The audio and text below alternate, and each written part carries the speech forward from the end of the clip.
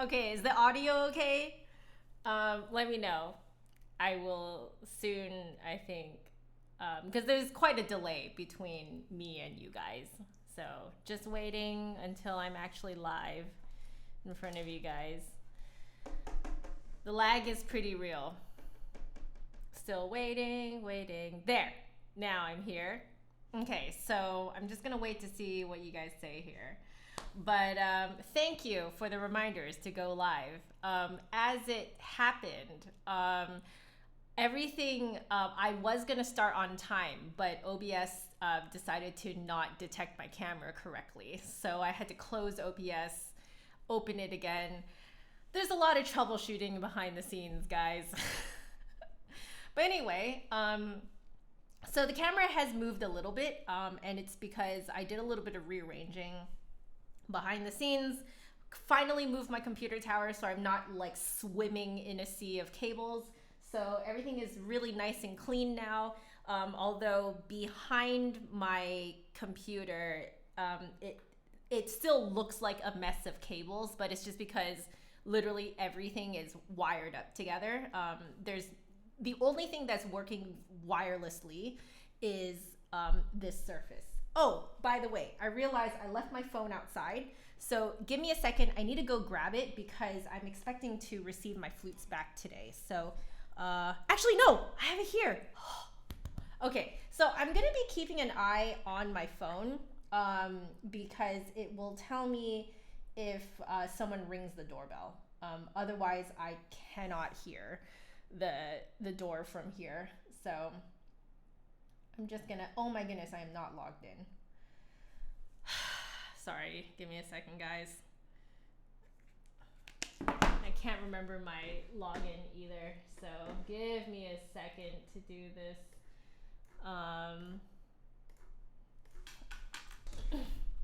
They logged me out. Why? So, let's see. Nope, I think it's because it's my husband's credentials. So, guys, I am going to have to take a second to, actually, I'm just going to text my husband upstairs.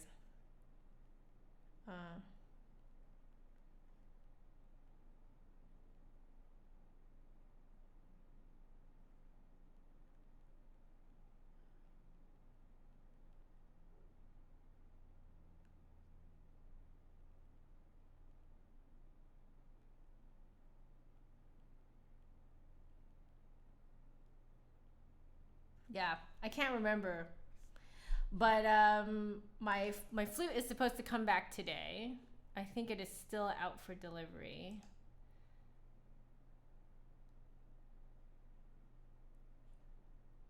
Yeah, still out for delivery. I'm guessing they will arrive sometime in the middle of this stream. So that's why I'm like trying to make sure that my phone will tell me when they're here. But then it signed me out of the app. Thanks. My goodness. So actually, I think I'm just gonna open the door. So unfortunately, my poor husband is gonna have to deal with me being a little loud. But at the very least, for now, we're just gonna be chatting. So we'll do that, and then hopefully I can hear the doorbell. Yeah. Anyway, okay, well, who's here? I can probably, this is probably oversteeped now, which is great. So who's here? Oriana is here, David, William, Abdullah, hello. Hey, Kane. By the way, thank you guys for telling me to go live. I do appreciate it so much. Hey, Claire, Christopher, Yadil,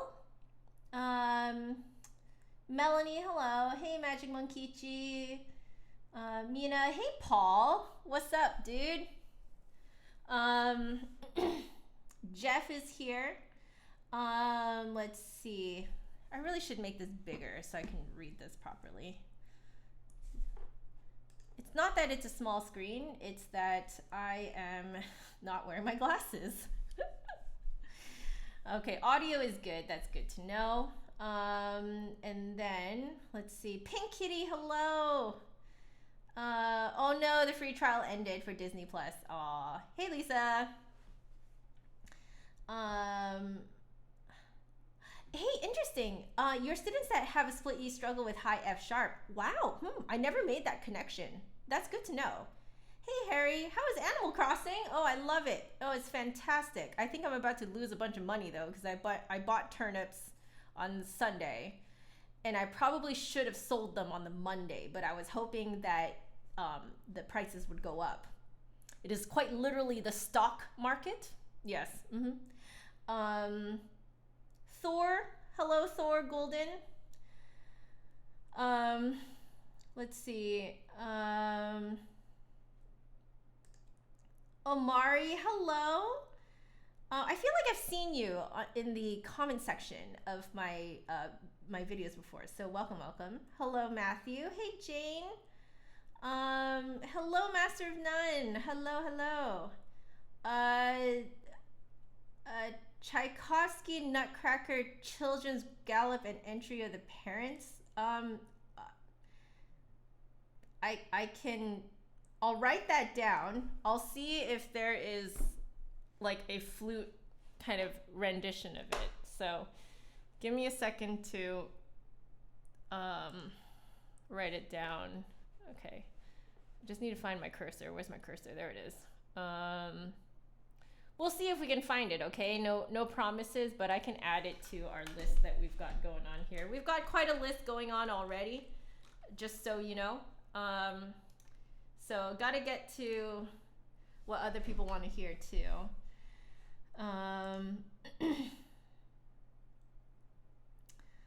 Let's see. All right. Playing right now instead of schoolwork, Pink Kitty. Okay, great. So yeah, you guys are commenting how quickly my my flute is coming back to me, and yeah, it is quite quick. I'm very pleased with the people that work on my flute because their scheduling is amazing. So the person who works on my flute has a full-time secretary. So this secretary does all of the correspondence with the clients and does all the scheduling, make sure you have shipping insurance for your stuff, holds all the records for everyone's information and stuff like that. So it's really good stuff. And absolutely a joy to work with because they're just so clear and prompt, and it's great. They also hold normal business hours for answering their correspondence. So it's like, I think they are in Eastern time zone. So they usually answer between 9 to 5 p.m. Eastern time, which is great. I think that's so fantastic. Because coming from another person who, runs their own business, I still get very tempted to answer emails and stuff when I'm off the clock. But that's not good for you, especially if you work from home on the regular. What a lot of people are finding right now in these days is that they don't know when to stop working because there's no there's no definitive point where you go home because you're already home. So, it's a little bit a little bit of a learning curve when you work from home to have to give yourself an actual stopping time. And so when I see that they do a very strict Monday to Friday 9 to 5 type of hours, you can tell from when they answer your emails that they do this. I think it's so great. It means that they're very organized, and they can sustain themselves, so it's a great Great, great little company that works on my flute and my piccolo, actually. So I want to see what types of questions we've got going on here. Let's see. Favorite genre of music or favorite orchestral instrument? Genre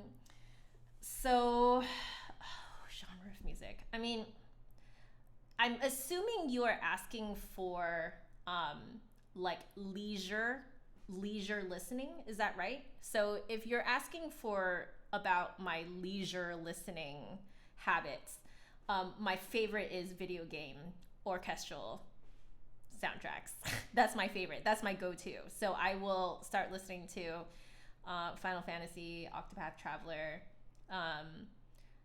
Zelda. There's some pretty amazing like arrangements.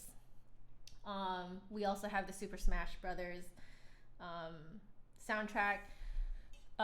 Currently, I need to go take a listen to Sino Alice.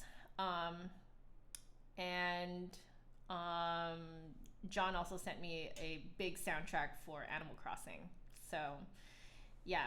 Why do I like it? I think it's because, or in terms of arrangements and orchestration, it's nice and complex. You can hear light motifs coming in and out. It's fun to kind of identify what the motifs mean. What are they doing with the music to demonstrate what's going on in the story? Almost opera-like without it actually being an opera. And also it has something to do with something that I do in my pastime, which is video games. So it's that kind of beautiful marriage of fun and geekiness in one. So that's why I like orchestral video game music. Yeah. Paul went to my wedding, so he knows that we used orchestral video game music for our wedding. For all of it, pretty much. So did I listen to the awesome Beret Flute Tune by Jeff Lotto? Not yet. I will definitely go do that. Do I recommend music school? Depends on what you're using music school for. A lot of people tend to think of music school as the end, like that is the thing to get into, but music school is actually a means to an end. So it's like, what do you want to do with your career? And does music school fit into that? Like, does music school give you the ticket to do what you want? So for me, I wanted to become a flute teacher. That was sort of my main goal, was to become a private flute teacher. And I did feel like music school would give me that ticket because that's where I would receive the best training to be a flutist, so that I could train other people, right? So obviously, yes, it has led me into online teaching, and it has led me into doing Flute Center New York, reviews, and has led me to do like tutorials, videos, stuff like that. So, but if you look at everything I do, the bottom underlying thing is that it has something to do with teaching, flute teaching, So it's pretty great.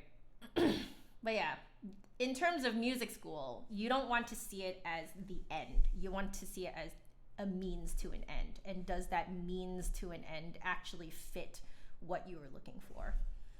Yeah. So Oriana is asking if I suggest a beginner flutist to start with a split E mechanism.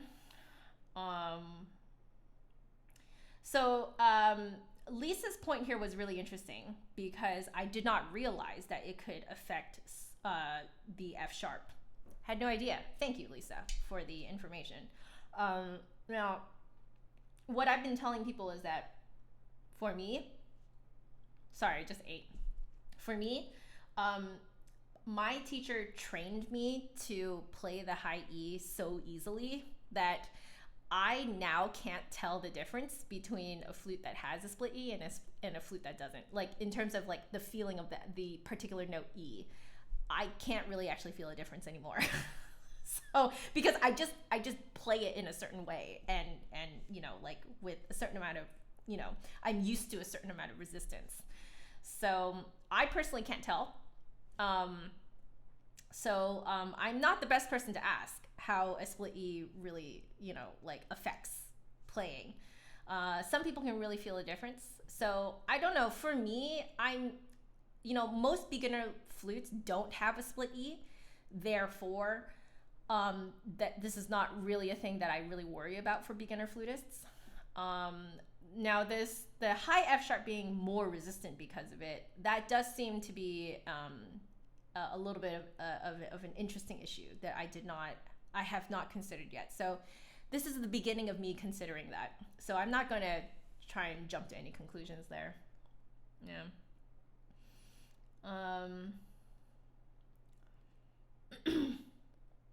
Oh, Lisa, you have a G donut.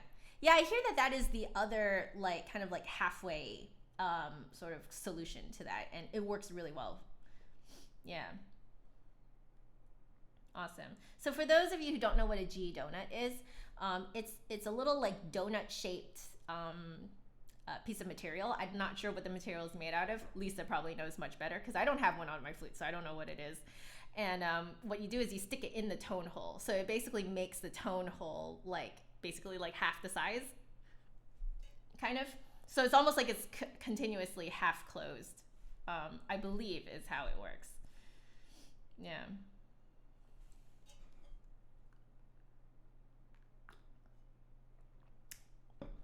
Let's see.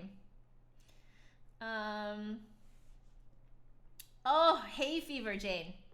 Yeah, it's 'tis the season. Springtime, April. Yeah, 'tis the season. Oh, I think my flute's here. Excuse me, guys.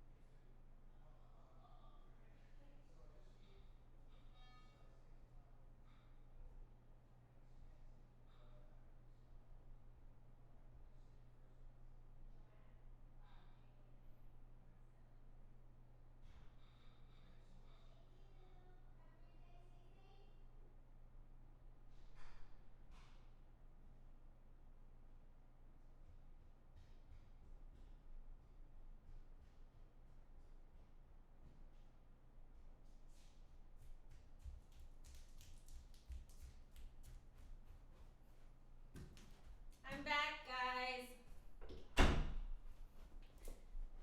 Dun dun dun dun dun dun dun dun dun. All right. So, what I need to do after this? Oh wait, I need to wash my hands. Give me a second, guys.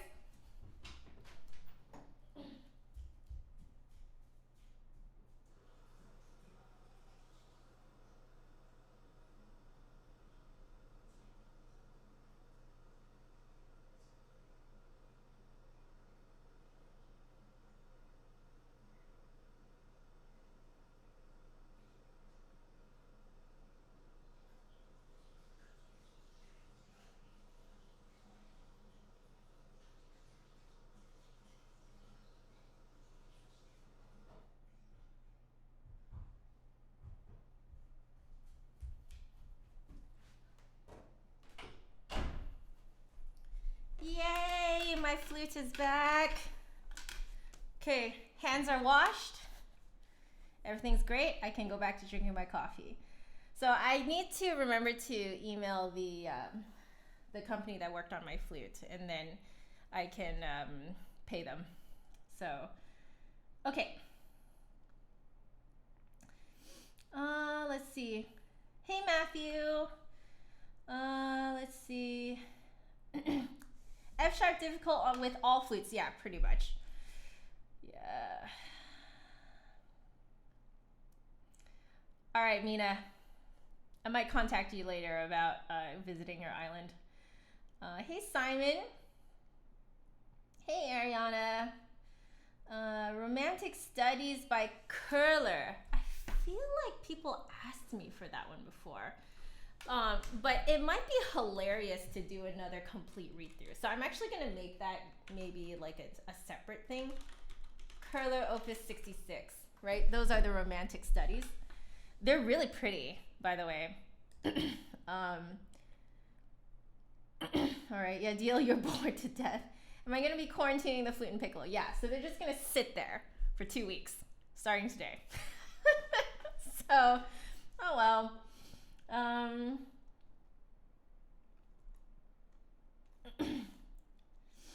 right, let's see. What's the lowest note on the bass flute? Lowest note on the bass flute. Isn't it C3? Right? It's C3. I think it is.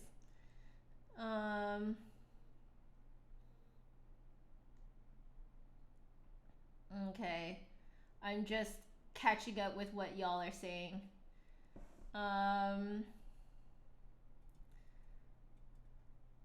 Hello, Alfredo. Hello, Caprice. I'm trying to make sure that I'm like seeing everyone. Hey, Xingjin. Hello again. Hey, Thor. Did I say hello? I think I said hello to you. Did I? I can't remember. Gazzini, Christiana. Hello. Let's see. Let's see. What advice and tips for students who play flute in jazz band? Ooh, I'm so sorry. I am not the person to ask for that because I'm not a jazz flutist. So I will be the first person to say that I'm not the person to ask what to do there. So I'm sorry. I'm very sorry. I can't answer that question. If you wanted to look for some jazz flutists out there who can answer your question, I can very confidently say I don't think she does jazz anymore, but she does more folk. But she did do a degree in jazz. What is my friend Anne Feng? I haven't seen her in years, but she won second place in a competition, and I won third, and we kind of became like acquaintance friends since then. So she's one. If you can find her, she's one to ask. Yeah, she phenomenal flutist, phenomenal. She actually went from classical into jazz, and I think now she does more folk. Yeah, so let's see. The Crafty Flutist, cute name. Powell or Burkhart for pre-professional flute. You like them both? So do I. I find that they work very differently on different people. So I rank them both the same. They're great. My warm-up routine. So Caprice, if you want to know what my warm-up routine is, come follow me over on Twitch. So you can actually see me legitimately practicing. Harmonics are my warm-up. So the Trevor Y, page 6. Yeah. Let's see. Have I done the JS Bach Brandenburg? No, not yet. It's on my list, but it's kind of down the list, so it may not happen today. I'm sorry. Hello, Claire. What school did I study music at? So I did flute performance at the University of British Columbia up in Vancouver, BC. Yeah. Good school. Good intermediate flute books to work out. Oh. I don't know. I mean, I guess you could say the Trevor Y practice books would work well for intermediate students because I use it for intermediate students too. But it is better to work out of that with the teacher. You might be looking at maybe more intermediate etudes, in which case the Garibaldi Opus 132 is a pretty good one if you're an intermediate. It gets harder and harder, so like it's pretty cool. You like my tiny piano? Yes, it actually works. Here.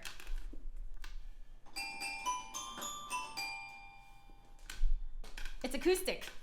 It actually works. And it's older than me. It was actually my brother's. My brother is a few years older than me. And then I ended up just kind of stealing it from my family when I moved out. Yep, that's what happened.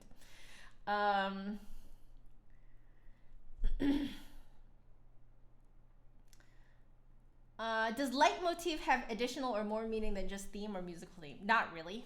Leitmotif is just we're just used to saying that in in the classical music world, because everyone knows what you mean when you say leitmotif, but it really is just a motif that is attached to like a certain character. That's usually how it's viewed or how it's thought of. Like that's a very, very generic way of saying it, but essentially it's like someone's theme song. You know when someone comes in to like the screen in a video game and then their theme starts playing? That's a leitmotif. Rayan, hello. Yeah. So yes, my flute came back. Okay. Let's see. Do I know Herman Beef Tank? Yes, lots of people got me to play. Which one was it that I played? Oh, I didn't write it in here yet. It was that early on. What was it called? I forget what it was called, but I bought his music because someone donated in the super chat, donated like £5 to me, so I used $5 to buy his sheet music. Let me see.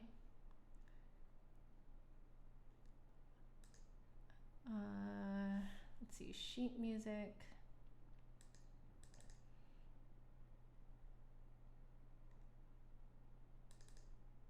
Yeah, Spring. So Spring was the one that I sight read the other day. Good stuff. Yeah, so you're learning Wings. Oh, okay, from his Iroquois suite. Oh, that's so interesting.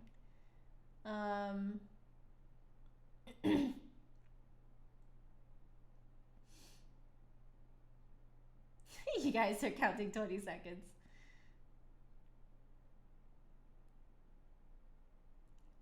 Jane remembers that it's spring. Other people loving birds. Hey, Darcy. So I think birds is the other one that people might want to hear me try sometime. Try Peter and the Wolf sometime. Oh gosh, why do you guys always ask for these types of things, eh? So you guys are always asking for like the craziest things for me to sight read. And it's not even sight reading at that point. At that point, it's kind of like seeing how much I remember.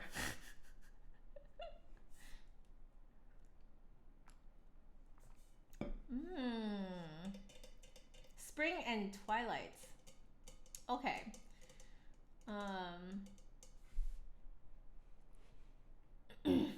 Am I in an orchestra? Yes, but our orchestra obviously has canceled all rehearsals and concerts. So I'm in the Ensign Symphony and Chorus that is based here in the Seattle area. It is Latter-day Saints affiliated, but I'm not Mormon. So lots of the players are not Mormon, but it's a really lovely group.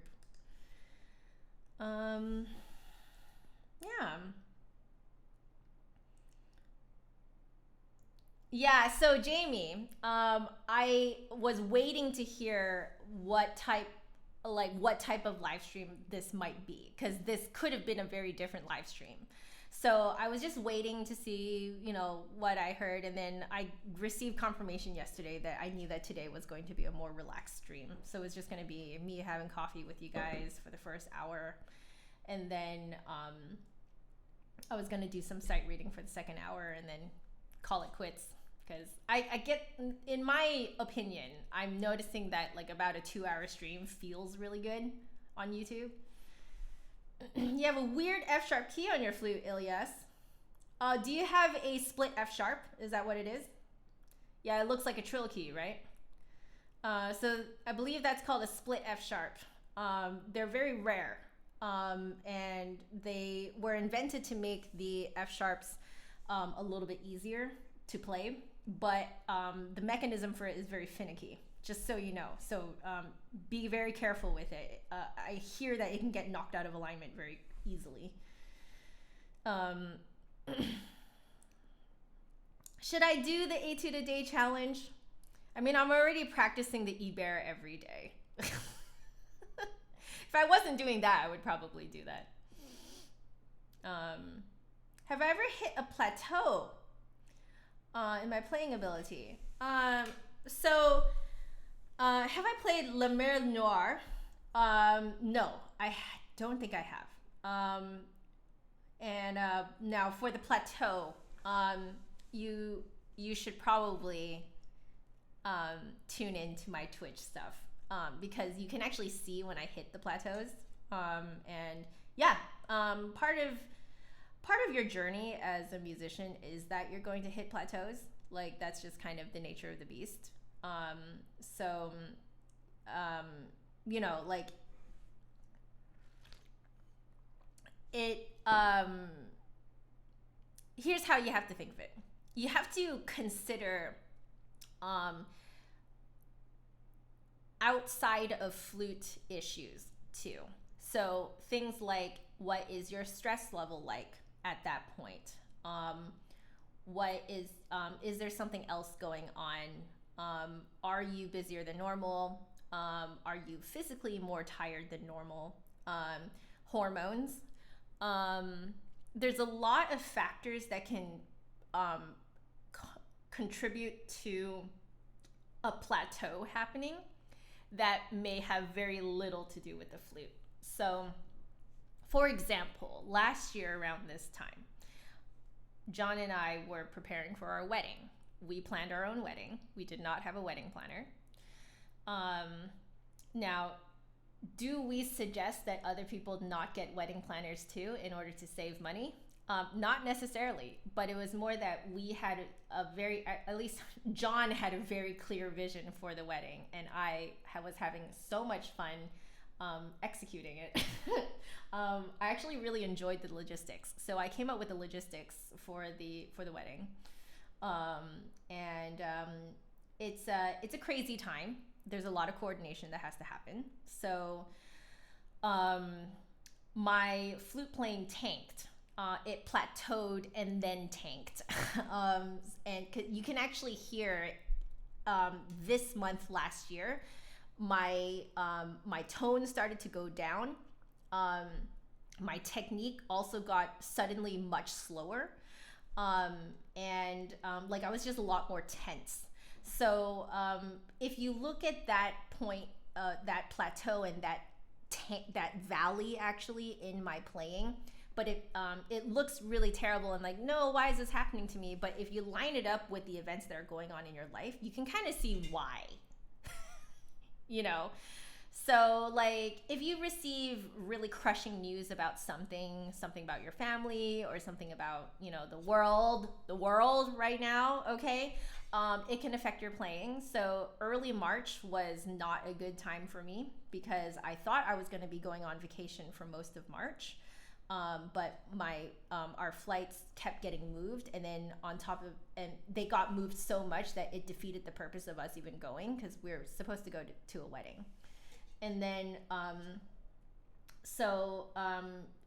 essentially our trip was canceled, you know, so we did get our money back, but basically we were just kind of on hold and on pause and didn't really know what was going on with our planned vacation. And so like you can hear the tension in my playing at that time. And so for the first 2-ish weeks of March, my playing kind of plateaued and tanked too, and also just kind of being on hold, so listening, you know, this what's happening around the world, watching the world shut down around you, and like it's a very uncertain time, and it definitely affected my playing in that time. So like when you hit a plateau, You don't want to just think about what's been happening in your flute life. You want to be thinking about what's been happening in your life in general. And then you can kind of see how that would affect your flute playing. I always say that flute playing very much is a litmus test for how stressed you really are, because you may not even really feel stressed, but your flute playing cannot deny it. If your flute playing sounds really tight, things are not really working, you know, and like you're going much slower than before, your tone is much shallower, it's very hard to open up. Even if you don't feel stressed, that could be your body's way of exhibiting the stress. It's just kind of holding it all in, which affects flute playing. So that's kind of my very long response to that. Yeah. Hey, Amir.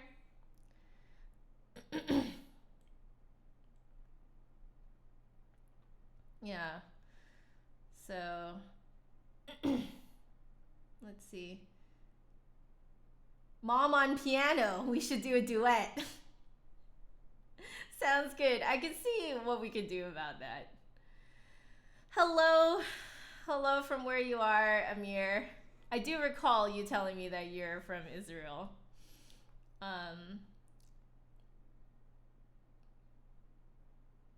Am I a two-setter? Like two-set? Yeah? Yeah, I'm subscribed. Yes, of course. Hey, Pierre. Isn't a wedding a private affair? Yeah, it is. But I mean, I can still tell you guys that I used video game orchestral music for it, right? Yeah. Why stress out on a wedding?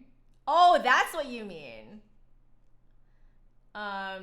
So it's okay. You don't choose to be stressed out for your wedding, my dear. You don't choose to be stressed out. It's just the coordination. There's just a lot of logistics. That's all it is. Yeah. If you're not in it for the stress, like if you're not in it to plan an event for your family and friends, absolutely you should elope. Nothing wrong with that. But we wanted to have a small affair, you know. Yeah. Oh, Ariana, how sweet. What a lovely little wedding. A lot of you guys are two-setters? I am down for it. Oh, man. Oh, no, Jamie. That's really terrible news. My goodness.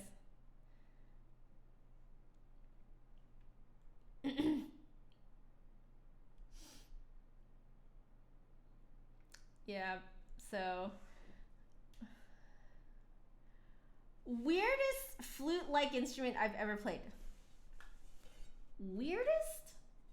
I don't know. I mean the one that I'm thinking of is John and I were vacationing in Oregon, I think it was. And we went to one of those markets where you know, mostly it's like handmade stuff, you know, artisan craft sort of markets. And then we went there to just kind of, you know, mosey around. And then we found a stall that, you know, that sold these really cheap wooden flutes. And, you know, so John kind of prodded me to go over and try them. So I did. I tried out. I took one, and they, the people there were really sweet. I would assume that usually they don't have a professional flutist coming up to them to try one of their flutes, you know. But so they were actually just starting to like try to explain to me how to blow into it, which was very, very, very sweet of them. I thought that was very good. What do you call it? Just customer service, you know, on their part. And so I tried it, and I started playing Concerning Hobbits. You know, the Shire theme. And then they're like, what? But that flute was definitely very difficult to play in tune. I had to continuously, it clearly was not made to play in tune very well. It was made to be a sort of souvenir, you know? So I was doing a lot of like, because some notes are really flat, some notes are really sharp. So but you know, I still managed to make it sound relatively okay. But I would say that that's probably the, I don't know if you would call that weird, but in terms of unusual experience, that would be my most unusual experience. Yeah. But it was a very sweet experience too, because the 2-3 people manning that stall were like, they told me that I made their week. So I, like, you know, I do what I can, you know? Yeah. So it's pretty great. David, you are doing CM level 10 theory? I never did level 10 theory, man. I only went up to level 8. My brother did level 10. Is it called level 10 now? Because back when I was doing CM, they called it advanced. Do they not call it that anymore? Ilias, you dropped one of your flutes accidentally and it smashed into thousands of pieces. I mean, if it smashed into thousands of pieces, I'm sorry. Holy. I don't know if you can fix something like that. You could always ask and see what, you know, a repair person says.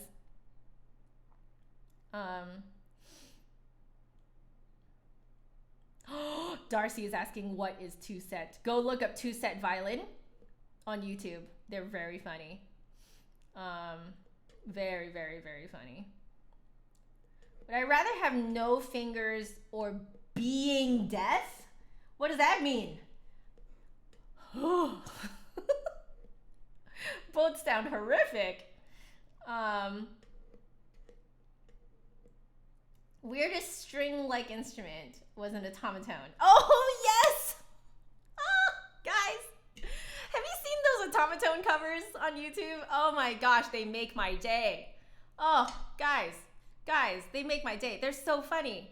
I don't know why. There's no, it's just really funny. It's a musical note that you play similar to how you would play a string instrument. Oh my gosh, automatons are great. Oh. Does Deezer come in many different keys? Yes, it does. Indeed it does. Michael, hello, welcome to the stream. In my opinion, is there something so different about Miramatsu flutes? They're great. And they match some people better than they match others, but they're great. They are kind of your typical Japanese flute that is very colorful, very colorful. I feel like Miramatsus tend to be more on the warmer side of tones for, you know, if you were to generalize Japanese flutes. Tend to be on the warmer side, but they still have that very Japanese shimmery, colorful quality to them. Yeah, so it's like if you're into that and if that fits what you want out of a flute, then it's great. And if it fits you, it has to fit you too. So, what is my favorite musical style? I think you weren't here earlier in the stream, but I did mention video game orchestral music. Because to me, it's like the marriage of all of my favorite things. So, yeah. What am I drinking? Coffee. I French pressed it. Yes, indeed. It's just off camera, that's all.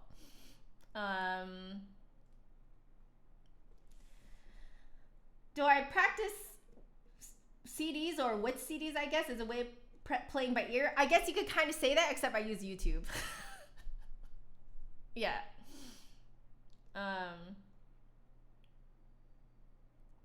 All right. Miramatsu flutes are expensive for a full silver flute. You know why? Import. Import duties, guys, makes a big difference. So I ordered my flute the flute that just came back from maintenance. So 12 years ago now. Ordered it, and it arrived on my doorstep with a very, very hefty import duty fee. So that's one of the reasons why, flutes that are made elsewhere but sold in North America are so expensive. You got to also think about those import duties too. That stuff gets really complicated really quickly, and a lot of people don't really think of that first thing when they see the price. It's just, oh my goodness, it must be like crazy expensive. Since it's crazy expensive, it must be like amazing. But it's not necessarily that. It's more that, like, if you were living in Japan, Muramatsu flutes wouldn't be as expensive if you were a Japanese citizen, So, hey Angela, welcome to the stream. Yeah.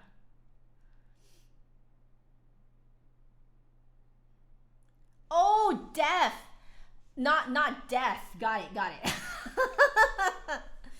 But for a year or for 3 years? I would say maybe no fingers for a year. Like, if I knew that there was a time limit, I'd be like, oh, okay, I guess I'll just like not really play the flute for a year, right? Not being able to hear for 3 years, I think I would miss the sound of my husband's voice. Like, I would rather see and hear my husband and just have no fingers for a year than to not be able to hear my husband for 3 years. That sounds really, yeah, that would be really sad, yeah.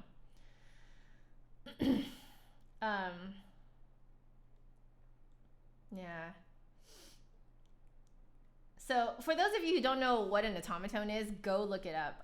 You can see some of you guys have spelled it correctly here. Automaton. I love it. Oh my gosh, it is so funny. I have played a Chinese flute before, Michael. And I love it. I just don't really have reason to buy one right now. I'm not part of a Chinese ensemble. I don't primarily play that music, so there's no real point in me owning a Chinese flute.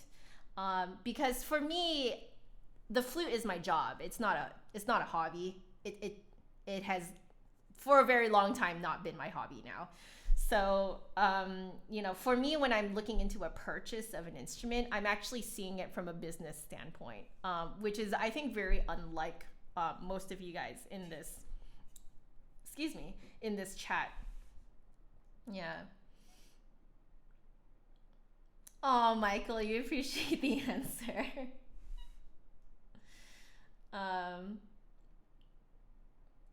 Oh, my answers are interesting to you as a deaf person, Pink Kitty.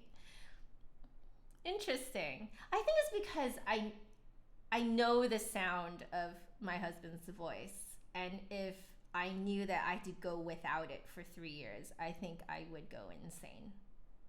Yeah, I would go insane. I love the sound of my husband's voice. If you guys want to hear my husband's voice, he appeared in one of my videos last year when we got married. So you guys can go check that video out. He's there. You guys can hear his voice. Very soothing and just a lovely voice. He has that kind of like soothing radio voice, like people really like it when he speaks. Yeah. Hey, Musically Me, you are practicing. Excellent, excellent. That's what I like to hear.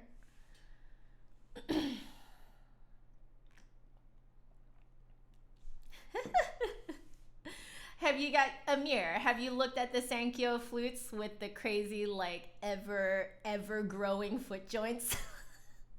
There's some pretty great videos online of them demonstrating these hilarious foot joints. They're so long because essentially, like, for every note they add on the flute, they have to add like an extra couple inches to the instrument. So like you go from C to like B flat, no, to C, B, which is what we have. Then B flat adds a whole nother key. A adds a whole nother key. A flat adds a whole nother key. Like it keeps going like that. It's really funny. It's very, very funny.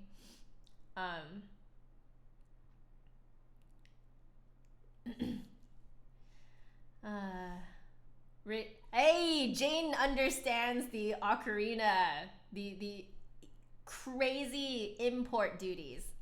50 pound import duties on a 200-pound ocarina. Yep. Like import duties are no freaking joke, man. So like that's why when you see flutes that are, you know, that come from other countries that are not, and they are being sold in your country, and you're like, whoa, why are they so expensive? Import duties, guys. Import duties. I know for me, I didn't really consider import duties until it happened to me. So, you know, that, oh, I grew up in that moment, you know? Yeah. Hey, Ariana, I am the same as you. I do enjoy the fact that the flute is in C, and so I don't have to do any transposing because Lord knows my ear is so bad. My goodness. Okay, your current issue, Angela. What is your current issue? I feel like I skipped over it. Experimenting and trying to improve on octave jumps and reaching the high registers seamlessly. Besides practicing on harmonics and using mirror, what observations should you look for? So what you actually want to concentrate on is the comparison of playing with cool air versus warm air into your flute. So we tend to want to do the opposite naturally. So we want to blow warm air into the flute for low notes and then cool air into the flute for high notes. But what ends up happening is that you end up sounding really swallowed down low when you're using warm air, and then you sound really like screamy and spitty, and like you can only play with like half the depth that you normally can on the high notes when you blow with really cool air. Now, if you swap it, you'll notice that it just opens up your high notes and it makes them a lot easier to play. You can actually also play it with slightly more static air, and they just come out really sweetly. And then on the flip side, for the really low notes, if you play with cooler air that starts further forward in your mouth, like think like blowing gently on a bowl of hot soup, but do it with flute embouchure, your low notes will come out a lot more easily. So that may be more what you need to experiment with. That's more of like a very generalized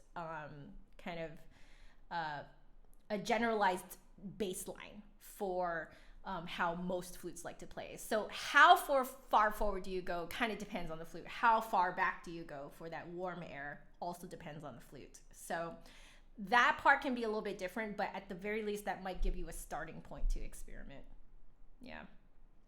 So I hope that was helpful for you, Angela.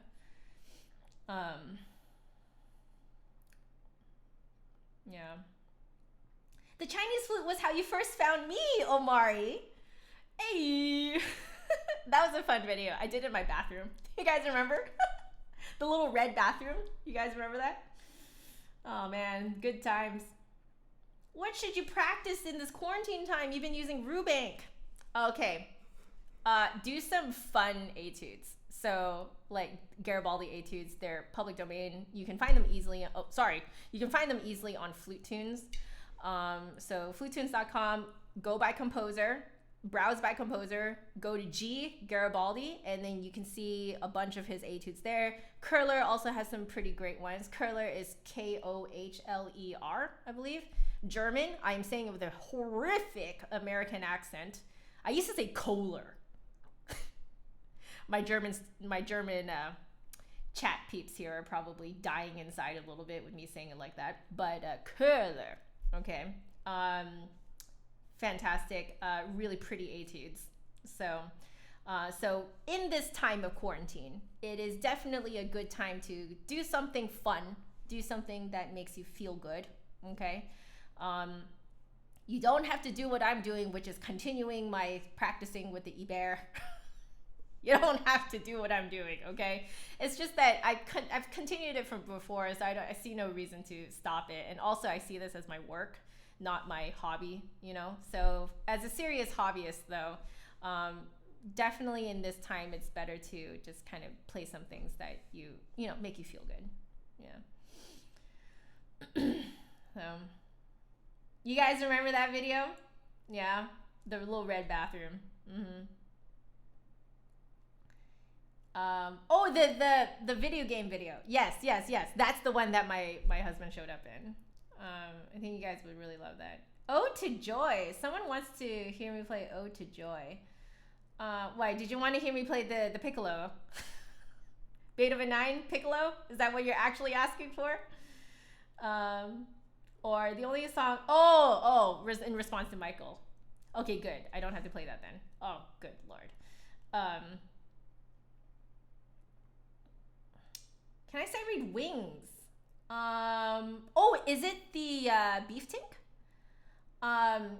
Don't send me the sheets. I would rather purchase, especially because his stuff is not on public domain. So don't do that, guys. Don't do that. No. We need to like support the dude. Okay.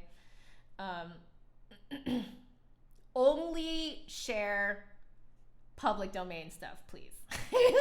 Guys. Okay. Are Yamaha flutes good? Yes, they are. They are. They're known for a good sound, very durable, like reliable. Yeah. That's kind of how, those are the three kind of things that people will typically say about Yamaha flutes, and they've lived up to it over many years now. Yeah. Has my mom been practicing? No, she has not been practicing. Jane, you can play Ode to Joy on the ocarina. Oh, I love it. Should I do a League of Legends gaming video? Okay, here's the thing. I freely talk about it just so I don't feel like I have to hide it from you guys, okay? But will I stream myself playing it? I highly doubt it because I am really bad. I am not good. Right. I have a video of me getting a quadra kill as Master Yi, okay, on ARAM. However, that only has happened once, and to be completely honest, I had a drink before an alcoholic drink, one alcoholic drink. I had one alcoholic drink before playing that game, and so I basically had, it was like, essentially like liquid confidence is how most people would say it. So it was liquid confidence combined with blindly following what my buddies were telling me to do. So they literally told me like, press Q. You know? And I was just like, okay. And then I randomly got a quadra kill. And it has never since happened. Okay. So that's it. It was a bit of liquid confidence and blindly following what my teammates were telling me to do. Okay. So everything else in terms of how I play, I lose more games than I win them. So also, they are kind of more like my private time. So I would rather it still feel like me time. And if I'm streaming it, I'm going to be on like this. Like, right? Sure.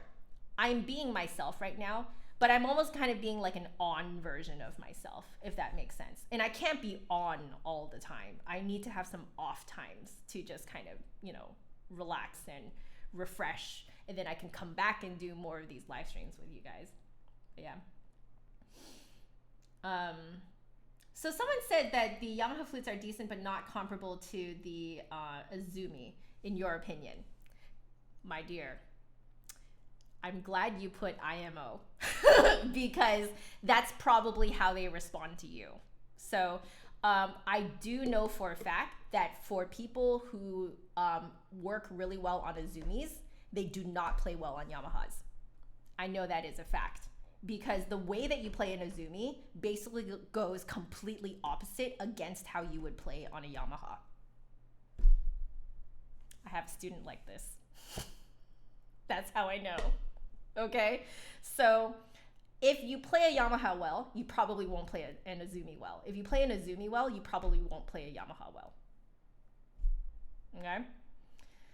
Yeah.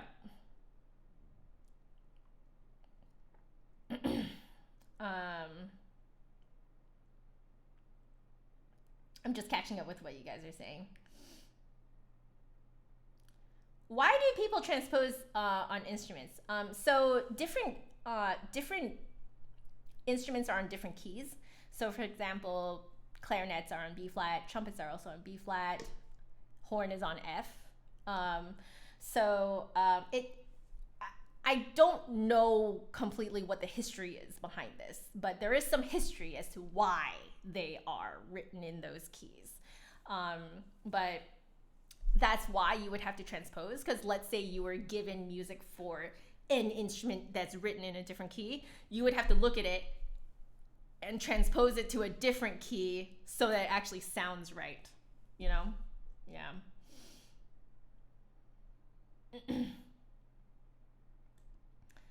So let me just make sure I didn't skip over too many things. So let's see. Today you learned how to pronounce curler. I still don't pronounce it correctly, okay? So don't go by what I'm saying. Look it up online. There's definitely like pronunciation guides online. Is it not bad German, Musically Me? Is it not bad? Okay, I'll take it. I'll take it. Yeah, I know.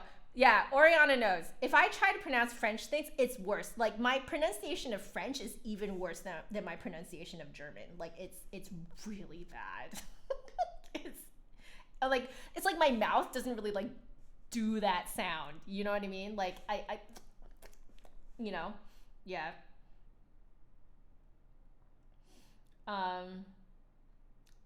I mean, to be fair, Ariana, most of my teachers growing up called it Kohler. But I think it's because we were just like in the US, everyone called it Kohler.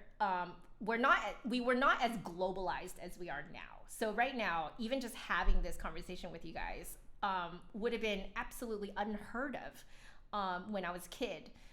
The fact that I'm talking to a bunch of you guys from many, many different regions and from many different countries. You know, like now people will very eagerly jump into helping you pronounce it correctly, which has been great because, you know, again, I enjoy this type of, you know, communication where it really helps me widen my worldview. You know, it's, oh my goodness, thank you so much. Who is it that gave me the super chat? Mina. Oh my gosh, Mina, thank you so much. I do appreciate it. My goodness. Thank you. That is definitely going to help me out, man. Thank you. Wow. Easter is canceled. Oh no. I'm still giving myself Easter Monday off. Man, I need a day off. My goodness. It's been crazy. Final Fantasy II Xanarkand. Oh, so beautiful. What a beautiful piece. Absolutely stunning.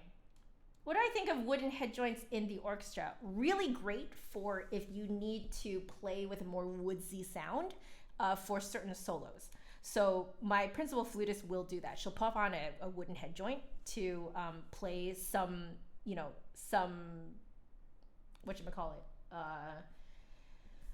solos that require a more woodsy sound, and it's great. Yeah.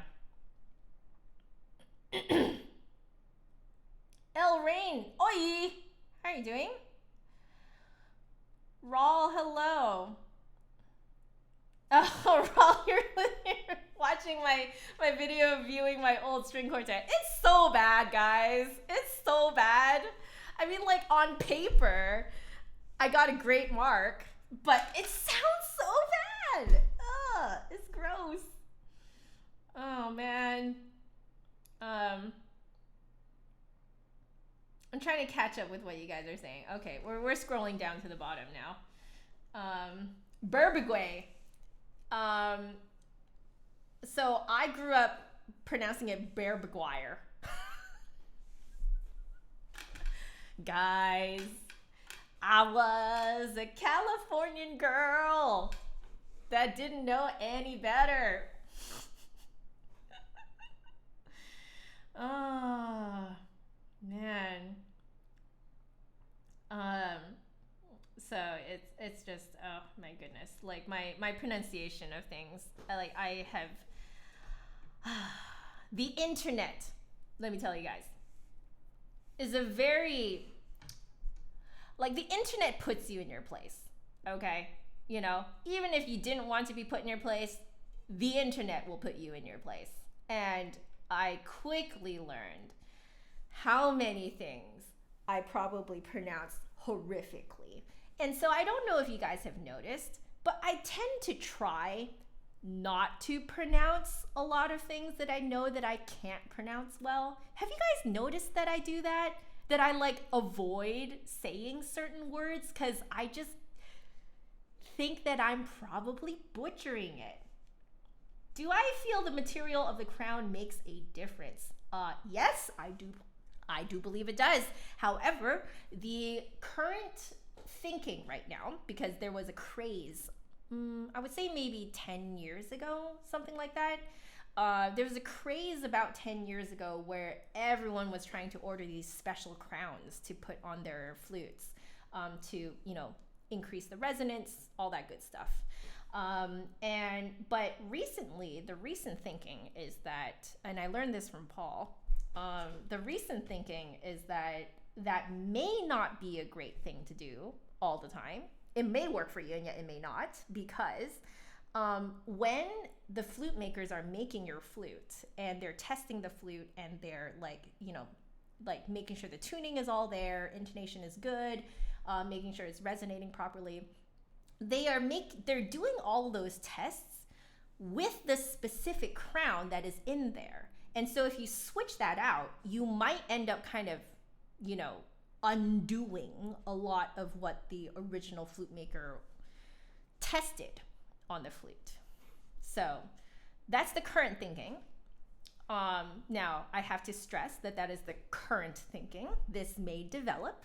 So I'm just kind of parroting back to you what I've heard. Interesting, right? Yeah. One of your friends laugh every time you say Poulenc. So I say Poulenc. Is that right? Is that right? Is that even close to right? You pronounced it Bear-Beguire. Bear-Beguire? Bear-Beguire. Look at all of us non-French people trying so, like, you know, desperately trying to pronounce, you know, Burger's name. In my head, I call him Big Burger. Like, I know that sounds terrible, but I, like, in my head, that's how I remember somewhat how to say his name. It's like Big Burger. We could all just call him Big Burger. How does that sound? Yeah? Big Burger? Oh, gosh. So, you know, yo, I saw someone in answer to the crown thing. Someone said, wait, let me see. Having one sure does make a difference. Oh, you smart you. Poulenc. Yeah, Big Burger, right? We can all just call him Big Burger from now on. How's that sound? Oh my gosh, I'm the most irreverent flutist ever. I really should not do that. I'm being a very terrible influence on you guys right now. I'm sorry.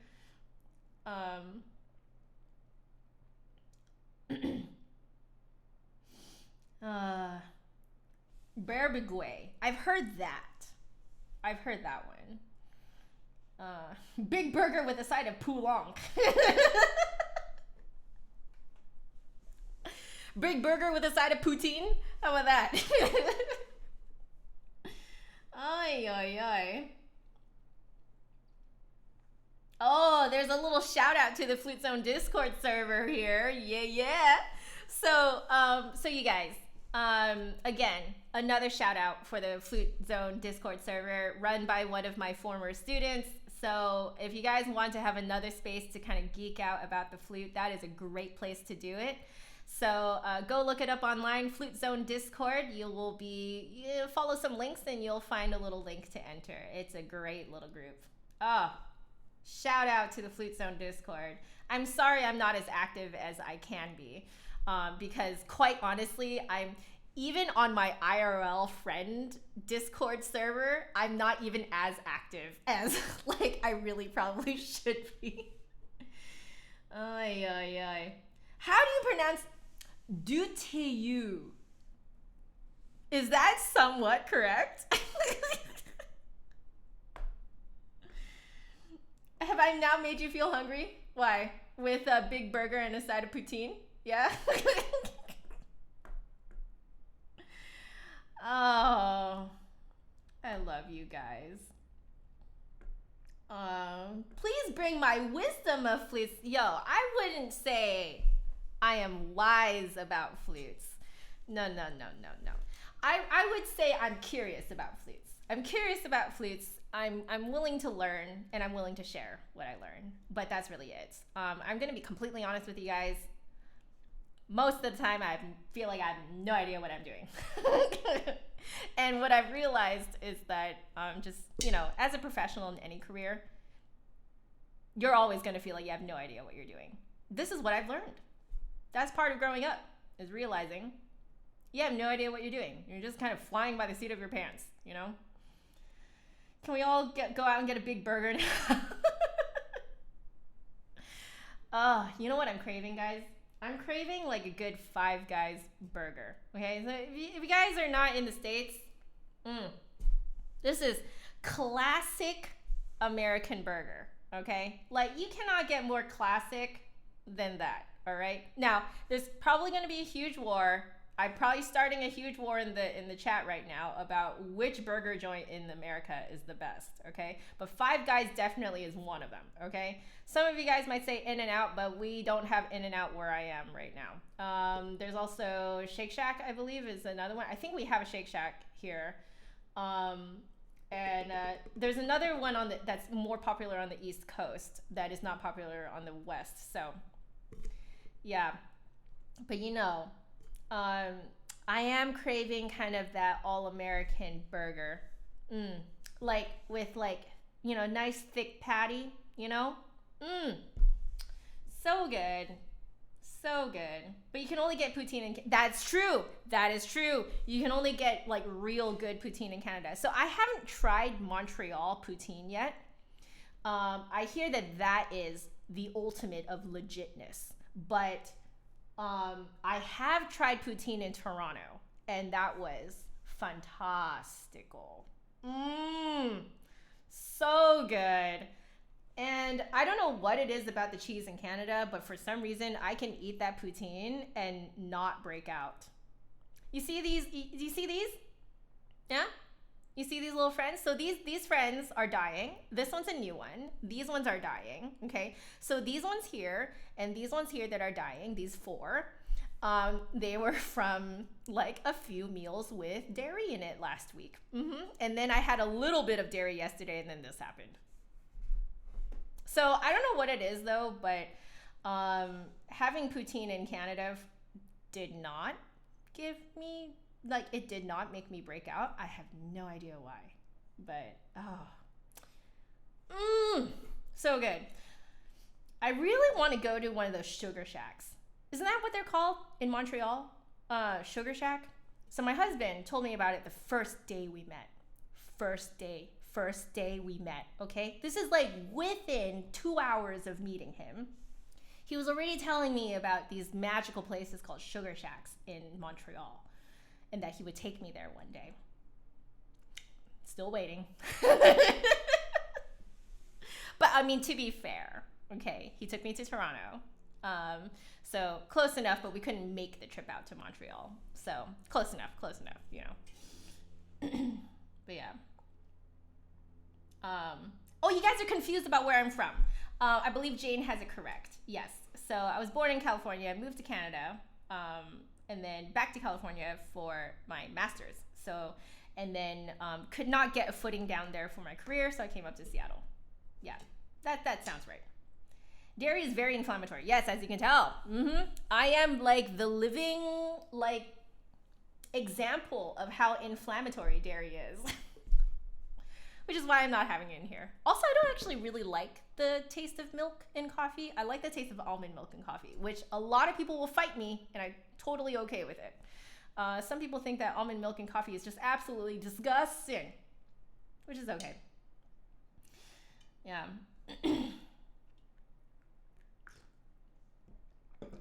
What is poutine? Oh, musically me. You are in for a treat, okay? Let me set the scene for you, okay? Think like outdoor stall type of, you know, like on a cold day, go to an outdoor stall and they sell these like delicious bowls of French fries. So hot, twice fried French fries. So they're really fluffy on the inside, but really crispy on the outside. And then they put cheese curds, right? So they put cheese curds on top and gravy. And it like somewhat-ish melts the cheese kind of, but they still maintain their shape. So good, especially outside on a cold winter day.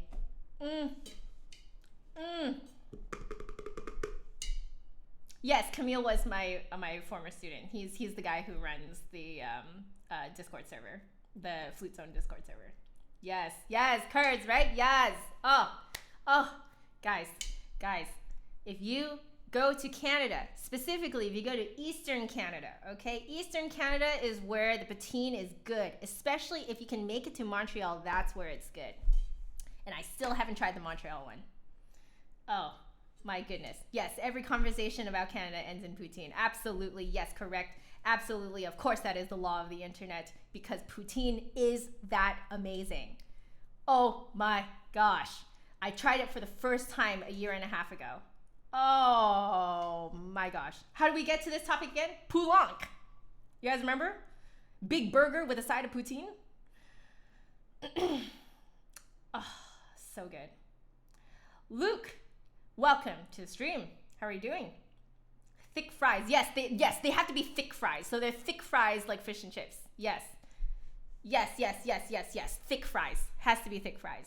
So like best is if they are double fried. So they're like really crispy on the outside so they maintain their crisp even with the gooey curds with gravy over it. So even though they're drenched in that stuff, when you bite into it, it still has a little bit of crisp. Guys, that is the best. It is so good. Oh. Yeah, no, you don't be sorry that you brought up Poulenc. You created, I totally have come up now with the name of this live stream. So have you guys noticed that I've been renaming the live streams after each live stream is over and is archived? My guys, today's live stream is gonna be called Big Burger with a Side of Poutine. And you guys will all know, you guys are all here for when it happened. Big burger with a side of poutine. We must remember and respect the Poulenc. Does anyone here like bubble tea? Oh, yes, here. I love bubble tea. My goodness. So what we want to do, because, you know, everything's closed nowadays. So it's like, you know, you kind of want to make stuff on your own right now. So one of my kind of things that I want to learn to make at home is my own bubble tea. But my goodness, have you guys watched those videos about making your own bubble tea? It's crazy. Holy crap. There's like so much work involved in it. Oh. Which budget would you settle for a professional flute in music school? Probably not what I ended up doing on mine because I still have one more payment on it to make. at the end of this year before it's fully mine. Yeah. So now, getting a professional flute while you're in music school, your best bet is probably somewhere, I know this sounds horrific, but it's somewhere between 10 to 15,000. Yeah. It's a car. That's basically what you're looking at. Yeah. Oh, Melanie, you never had bubble tea. Now, here's the thing. Some people hate it. Some people love it. Kind of depends on your inclinations. So, do you like, nibbling, eating, kind of chewy-ish, sort of gummy, starch balls in your drink? I know, I am not selling this very well, am I? I'm not selling this very well, but it is great. Oh, I love it. If you like tapioca, you'll probably like, bubble tea. Yeah. Should you buy a professional flute before college? So the flute that I am playing on right now is a professional, but it is a solid silver C-foot closed hole. So it's this guy. I think he's older than me, if I'm correct. And this guy got me into music school. So you do want to look for a flute at least with a silver head, is what I would say. We ended up getting this on a really great deal, which is why we could get a solid silver flute all the way throughout. But if your budget doesn't allow for that, look for a step-up flute that has a solid silver head with a silver-plated body. That works really well for getting into music school because it will give you that more kind of like refined projecting sound without the entire crazy price tag of a solid silver all throughout flute. Yeah. For clarinet secret, get a good reed. Yes. Yes. So essentially it's the clarinet secret. It's get a good reed, which on a flute would be get a good head joint, Yeah. Do I remember what my audition in musical required? Not entirely, but I do remember I had to prepare like 2 contrasting pieces. Definitely had to do some of a Mozart concerto, I think. And then a couple orchestral excerpts, something like that.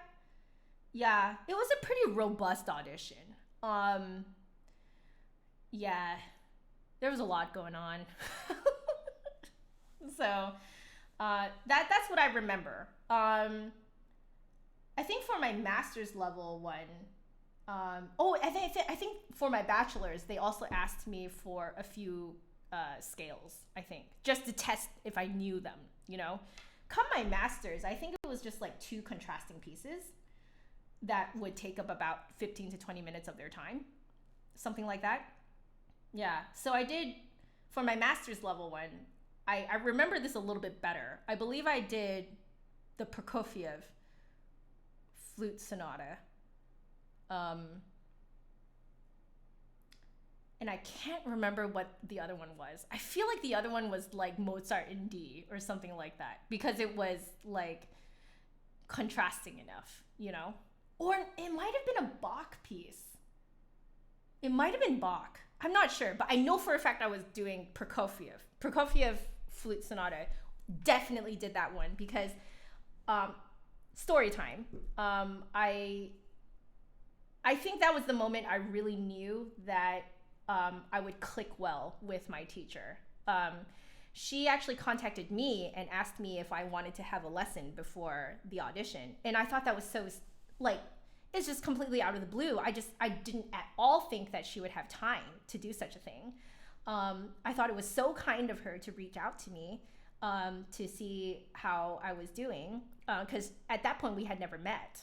And so, I came in to, a little bit earlier than when my audition was supposed to be. We had a lesson, and she just was a complete angel. She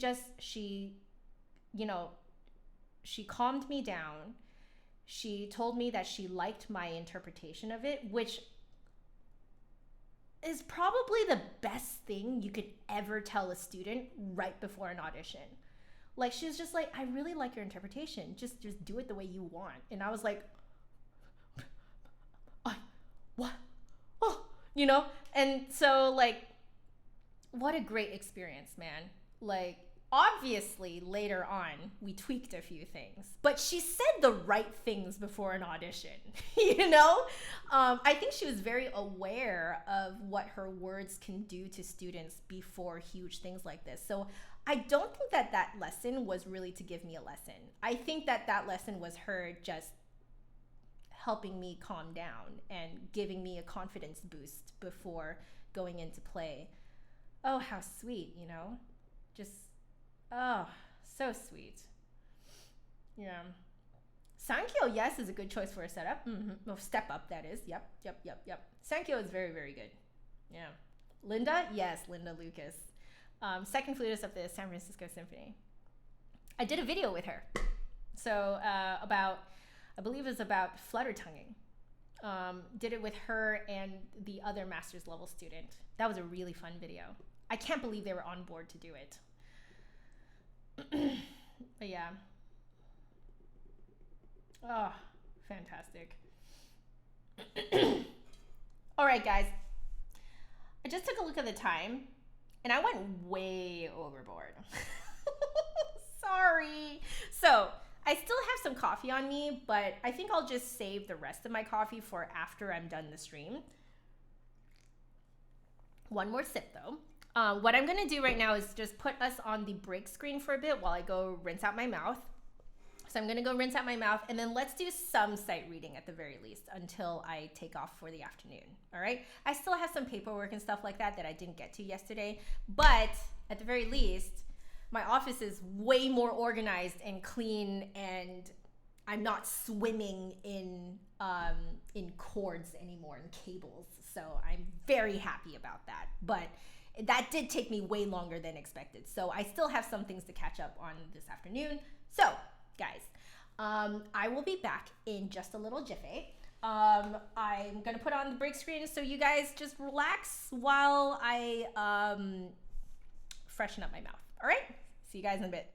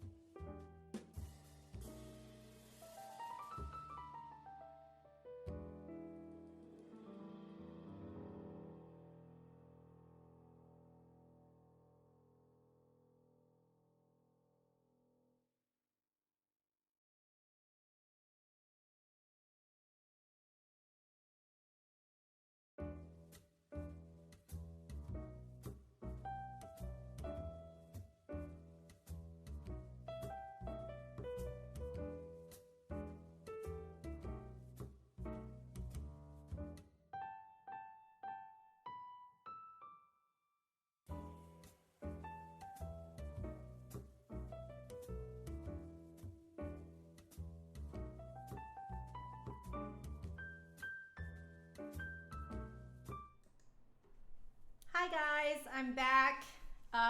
The sound should be a little bit boomier now because I put my other microphones on now. So,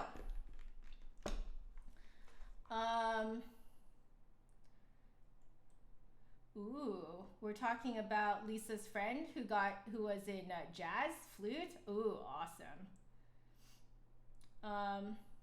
What pieces do I recommend for an audition to a conservatory? So, typically, places will ask for one of the Mozart concertos, so that's good. A French flute piece will do you a lot of good. Typically, if you have those two kind of in there, you're pretty much set for most auditions.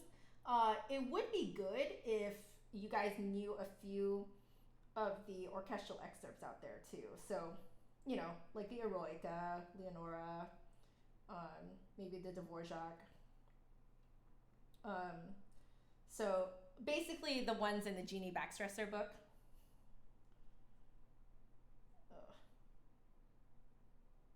Okay. Just making sure we are in line here. Jazz flute is so overrated and makes you a bit sad. Overrated? What do you mean? Jazz flute is awesome. You mean underrated? Maybe that's what you mean. Yeah. Jazz flute is like a whole nother deal, guys. It's a whole nother world. And like with a whole different set of, you know, skills. You have to listen for different things. You kind of have to know sort of like different tropes of musical tropes, you know? And yeah, it's a lot. Yeah, underrated, yes. Melanie, you're a jazz flute player, yeah. Yes, underrated, got it. No worries, man. So I'm the type of person that will always leave out the most important word out of like a sentence, or I will also do the same thing you did, which is write the exact opposite word of what I mean. Yo, I feel you. Okay. You guys keep chatting, okay? I'm going to take a look at where we left off last time with our sight reading stuff. So looks like we want to do some Kulau.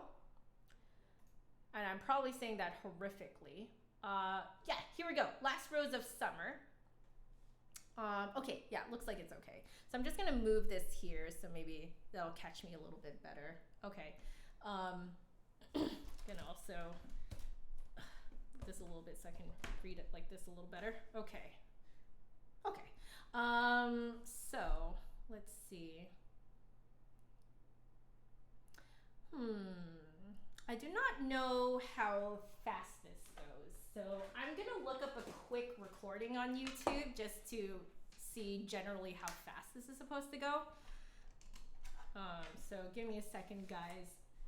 I'm just gonna lower my volume a little bit just so I don't blow my ears out. But let's go look up on YouTube.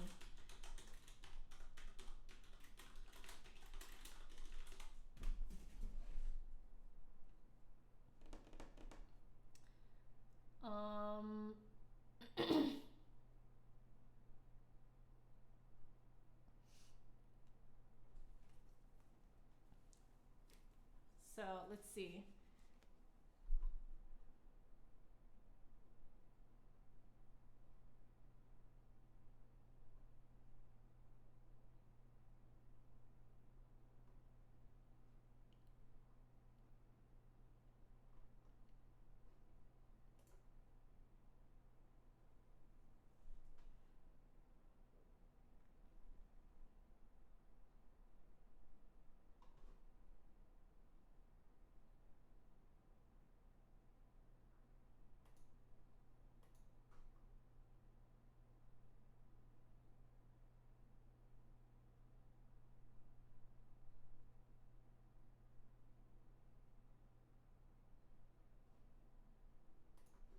Okay.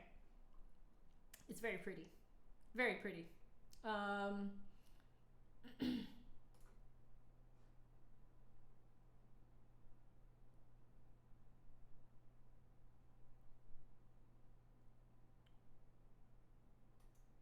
Okay. Okay. I have an idea. I have an idea. Let's see what I can make of this. Okay. Will I play Wings by Herman Beeftank? Maybe. Let me write it down. If I do that, I would rather purchase his music when I come to it. So I'll write it in, but it's probably not going to happen today because there's a whole bunch of other ones that people were requesting. So, cool. I wrote it down though. Maybe in a future thing. Oh, actually, no, I don't need my headphones. So, okay, let's try this out, guys. Last Rose of Summer, Theme and Variations by Kulau.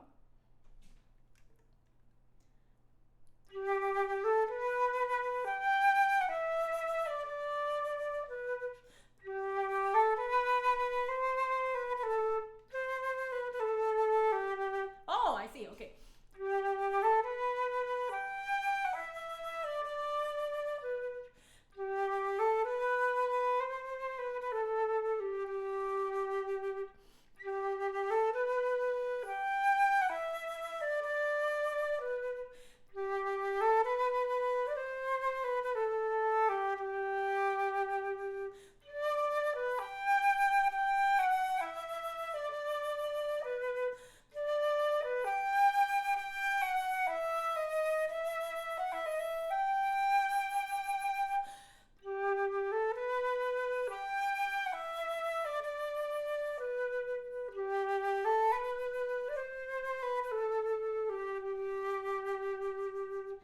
Cute. I've never played this before.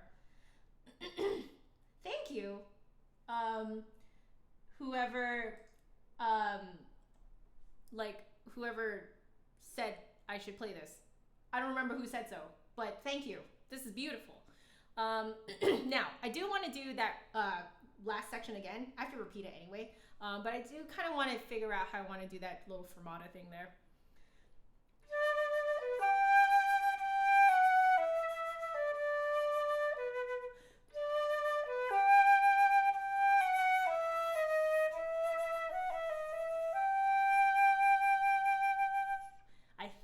Closer to something like that.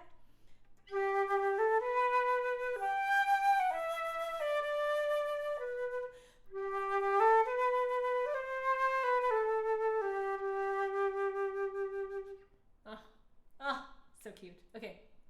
Now, how do you do a turn in there?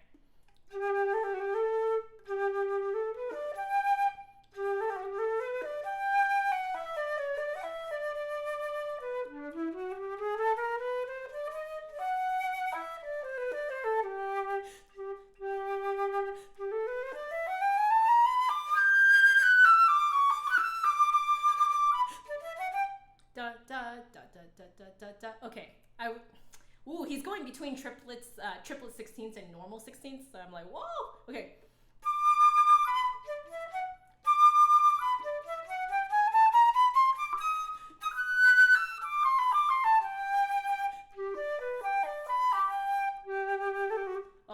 No, it doesn't repeat.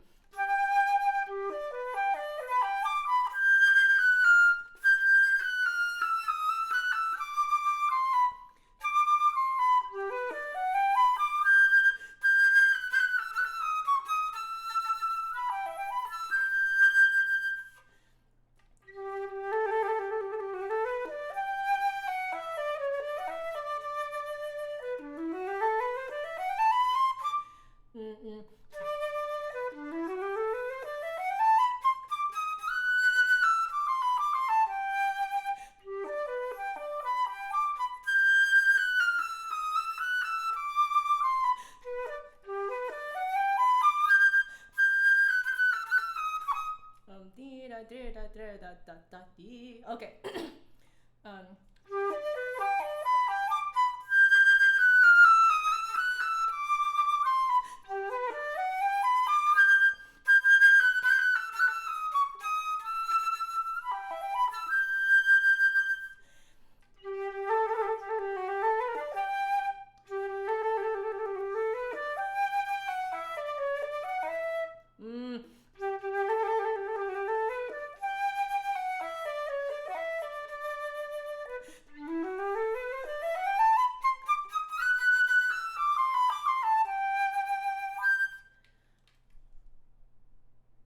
really cute.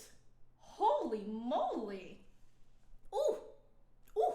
I'm starting to think of my students who like that more classical sound and they like more of like a lyrical sound. This is a great one. This is a great one for them. I never played this before. Ooh, I like this. Okay.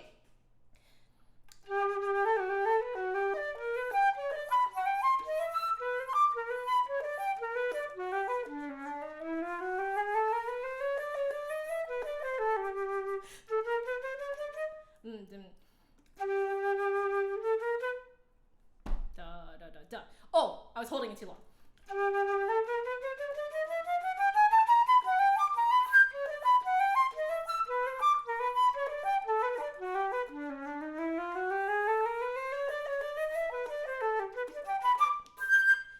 Sorry, a bit of a spit there. But that is cute. Oh, very cute.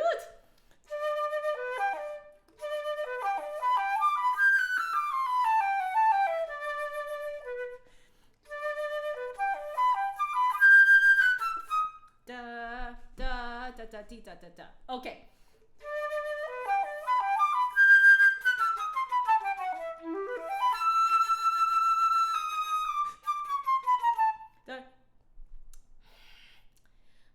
Okay.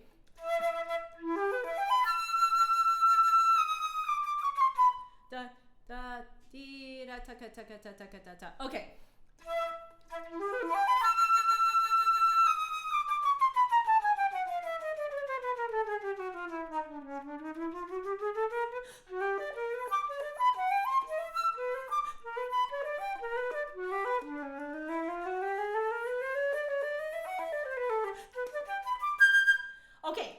Okay, so some of you are probably wondering, how did I sight read the parts that go do-da-dee, do-da-dee, do-da-dee? Now, what's interesting is that the way that this is written, it's actually very predictable, like fingering wise. So if you know your chords and stuff like that, this is a great introduction to showpieces, I think, because it's just crazy enough to sound a little crazy, but it's just predictable enough that it's not like horrific to make it through. You know what I mean? Like it's just predictable enough that it's fairly easy to learn.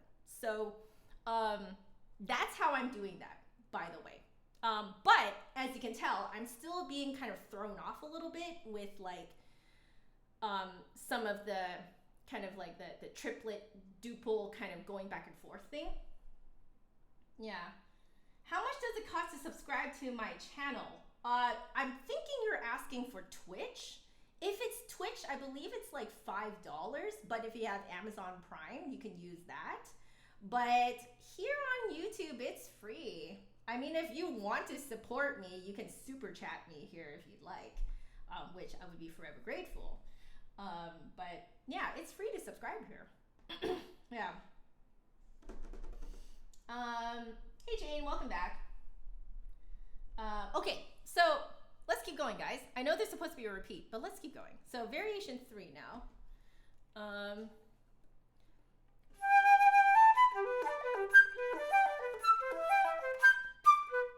Okay.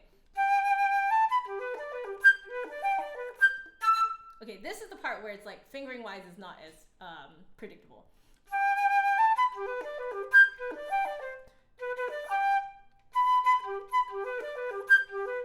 Nope. B. Okay.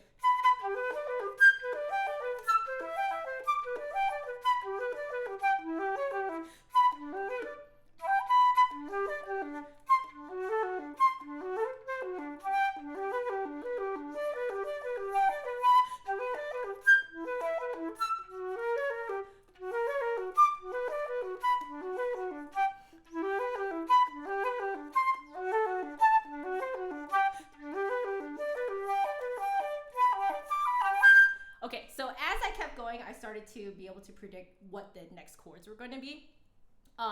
So let's try that again, just for the prediction factor.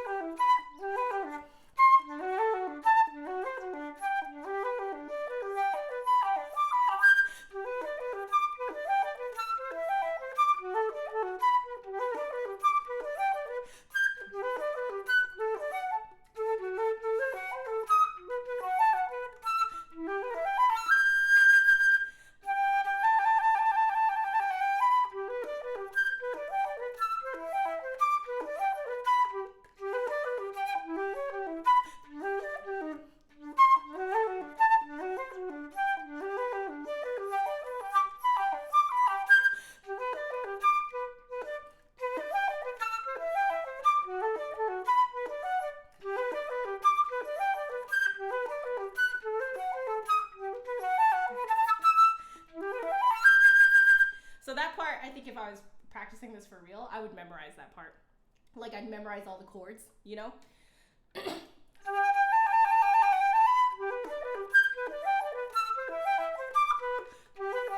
Is that a beat?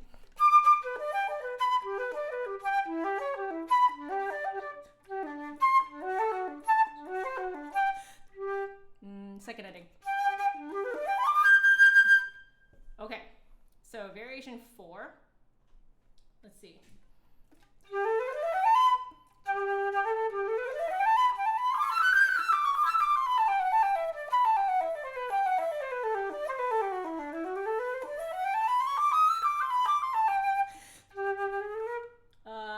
Is that? Yeah, that's on the back.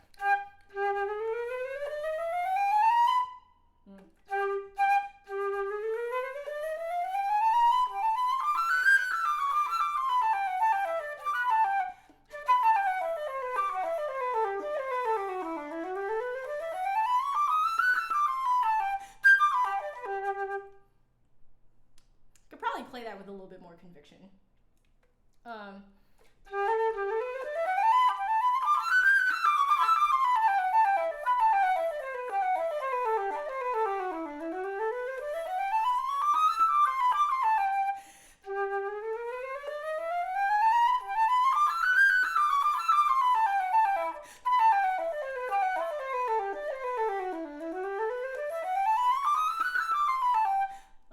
There's like a 7 there. Oh, there isn't. I'm reading it incorrectly.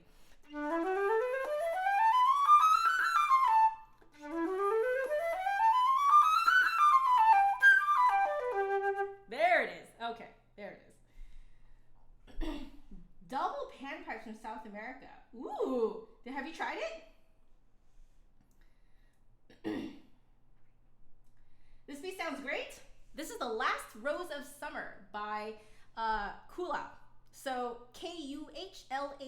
Go look it up on IMSLP. That's where I'm reading it from. It's free, public domain. Okay, we're gonna keep going. So we're in second half of the variation number 4.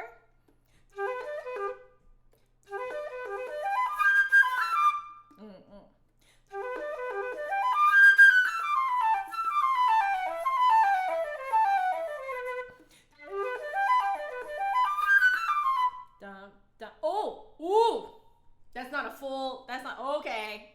Okay, I see you, I see you.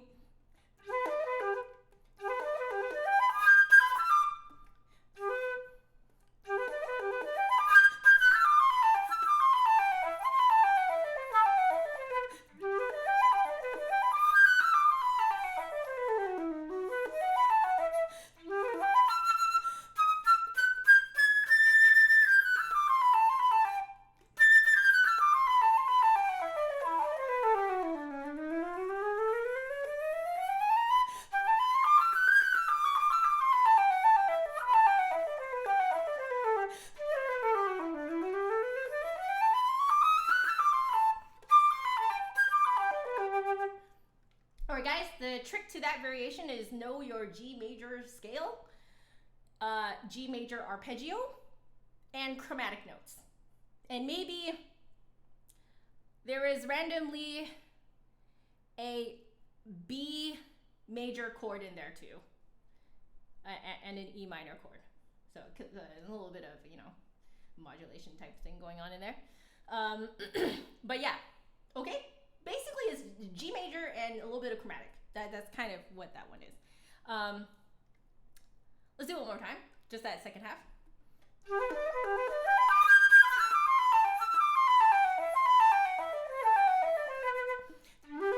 Nope, I did too long again.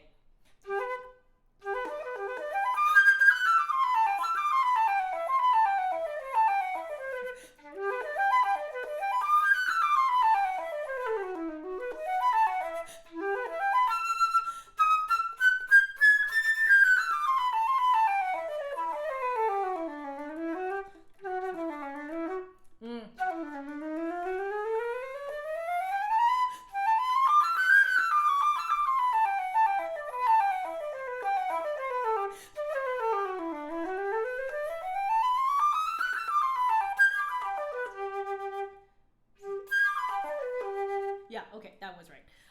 Now, you'll notice that every now and then there's a quintuplet 30 seconds in there.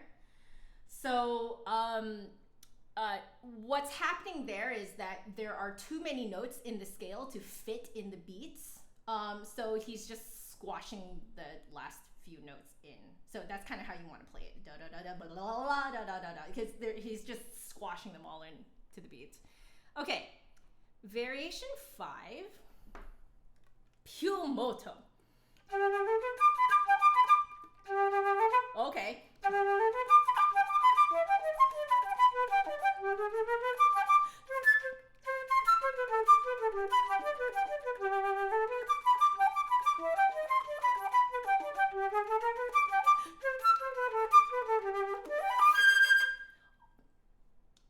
Okay. Okay. Well, I was not really expecting that.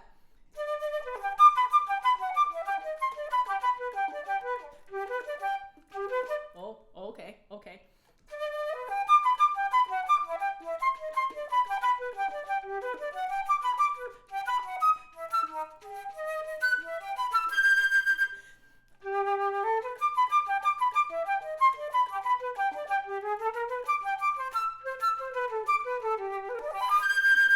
One more time. Oh.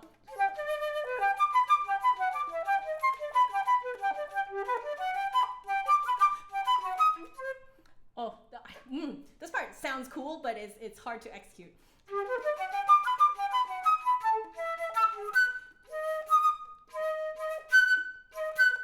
That's so weird. I know what's happening is that there's two lines going away from each other, but you're playing both lines at the same time.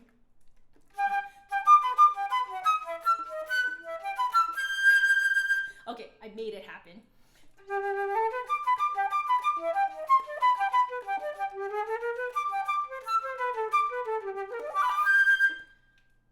Fun. One more time, faster, faster. No, nope, I'm done. Variation 6, Andantino Pastoral. Ooh, he changes up the meter here. One,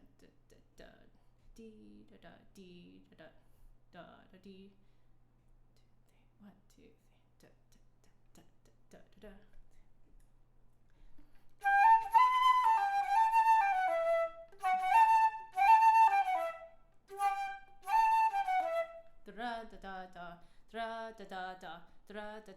Okay.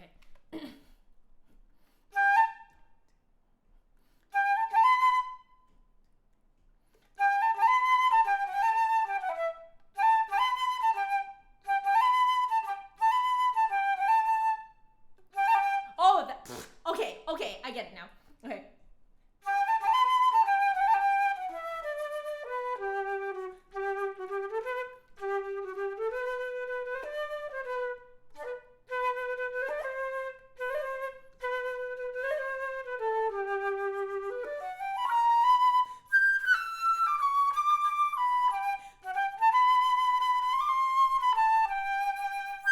Oh, we gotta do that again because my brain was not having it with the da-da-da-da-da. Okay, so.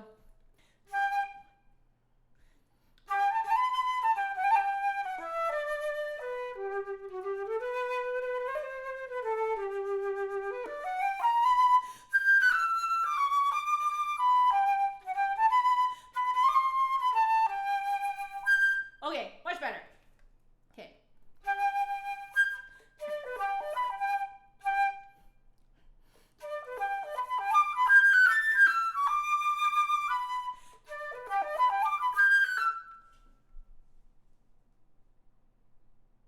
Really? Okay.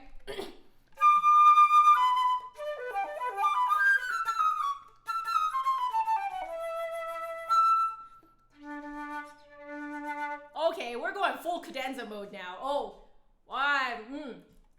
Okay. Wait. I need to, like, make my brain think of it correctly. Okay.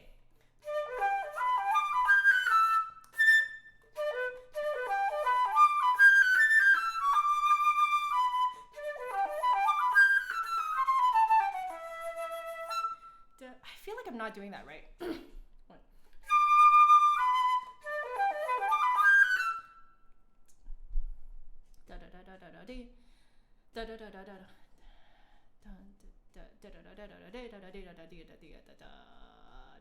I am doing it right. Nope.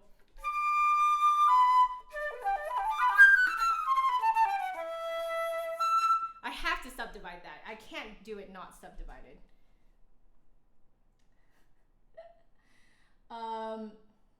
Yo. Mozart's behind. I get it. I'm sorry I have to hide that. I get it though. Okay, we'll just call it a little, like, you know, a little between you and me type of funny thing. I know it has something to do with your name too. So, okay, anyway, let's keep going.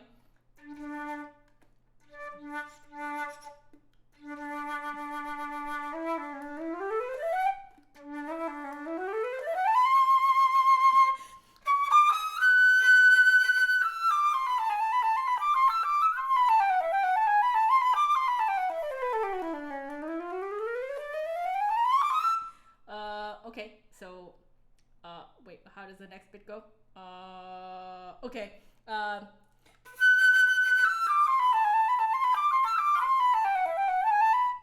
no, that.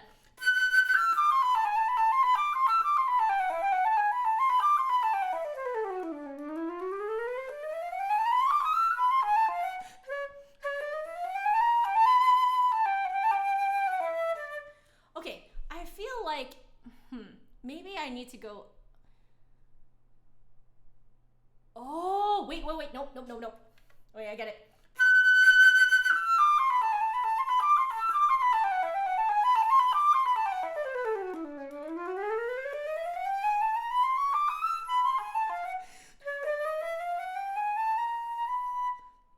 That, something like that. One more time, guys.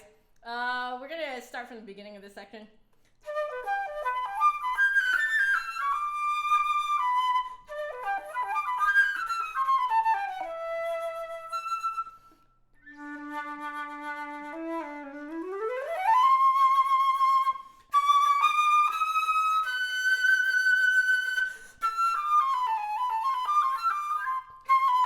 I ruined it. Okay.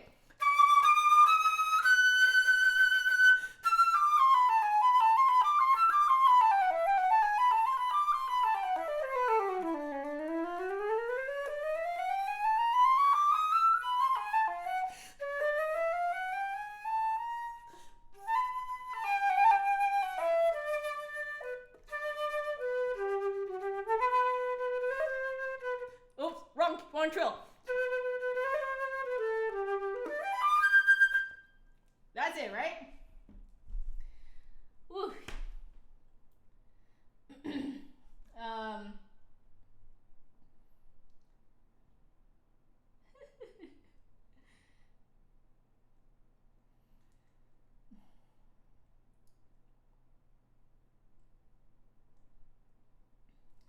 like 40 hours. Okay, people are asking what I'm sight reading. Last Rose of Summer Theme and Variations by Kulau. It's good stuff. So that was, oh my gosh, what a cute variation. That one more very long variation coming right up. Okay, so.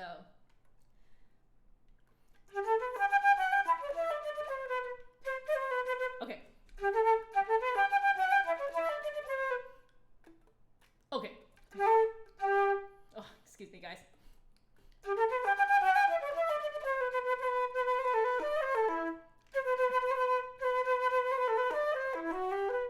Oh.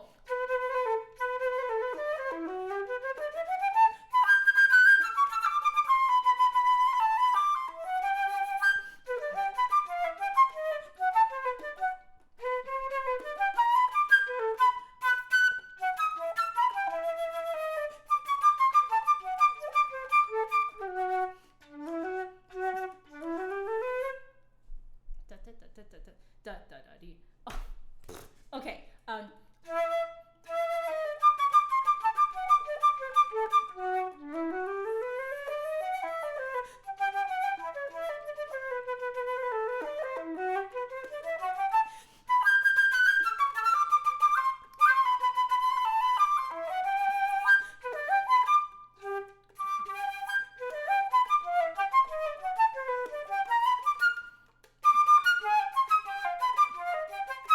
Oh, oh, ooh, ooh, ooh, ooh, ooh. Okay.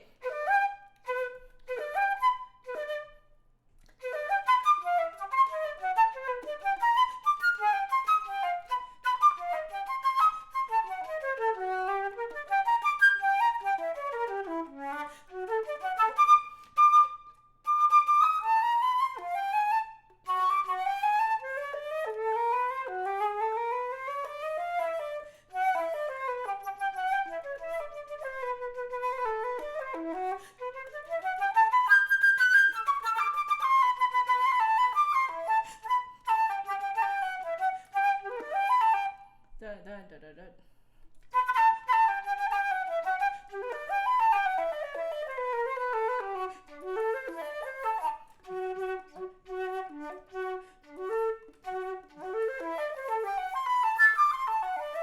Okay.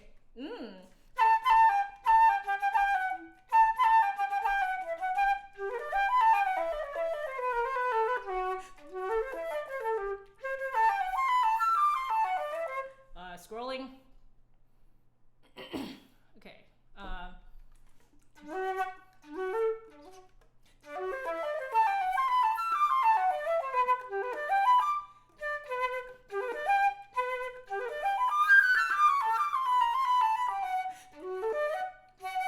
I'm having so much trouble. Dun da da da da da da da da da da da da da da da da da. Okay, one more time. From a little bit further up. So. Oh, I have to think of it as like this is a new section. Okay, okay, okay.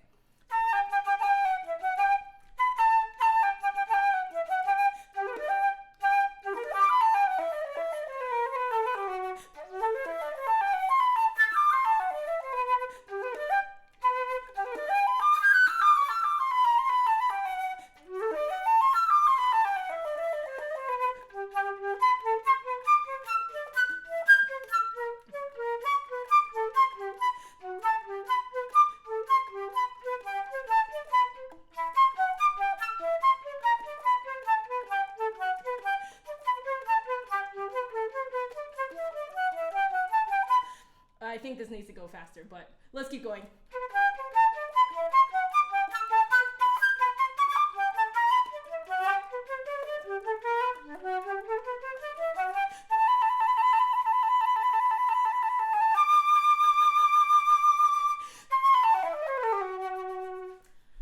All right, scherzando. I'm assuming this is a coda-like section.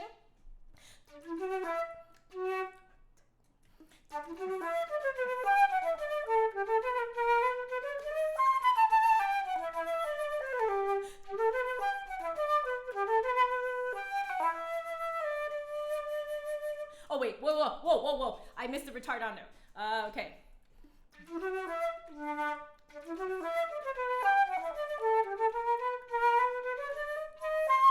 Well, too many mistakes.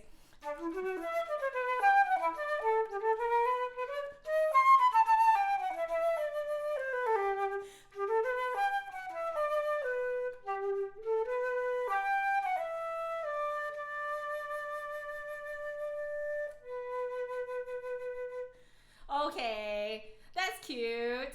Okay.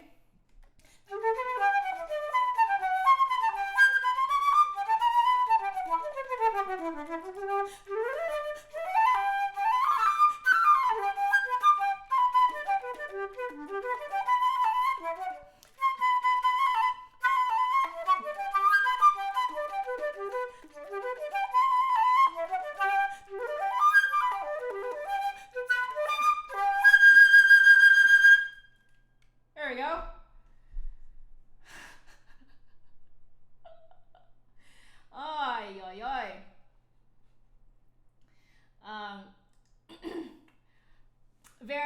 also like your little joke there, but I had to hide it for the politically correct reasons. So sorry about that. How can you make the low C more clear? Cooler air. So cooler air. You have to trust yourself too. When you're playing with that kind of cool air, it kind of feels like it shouldn't come out. You're welcome, Luke. Were you the one who suggested this? It's beautiful. It's great. Absolutely stunning, man. Definitely will recommend this as a good starter showpiece for people, like a theme and variations type of showpiece. This is a really good starter one because it kind of has all the elements of a good showpiece, but at the same time, it's not as nuts as like, you know, the romantic era type stuff. So good stuff. Thank you so much for the recommendation. I do appreciate it. Okay, so let's see what we've got going on here. I only have 4 minutes, guys, and then I need to go. So we can start reading a bit of the Hungarian Serenade. So let's see. So this is by Victor Zonchier. As I told you, I'm very bad at pronouncing French names. So I don't recall how fast this goes. So at the very least, let me give it a listen, and then we can maybe start reading it in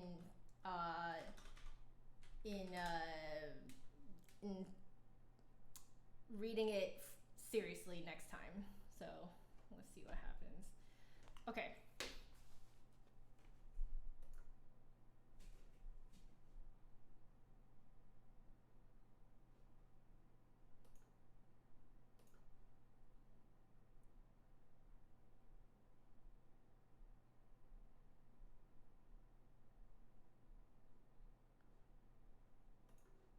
Okay, oh, that's pretty cute. Okay, so I'm gonna give this a read for a few minutes and then I need to go, guys.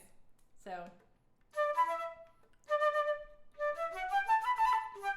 sorry.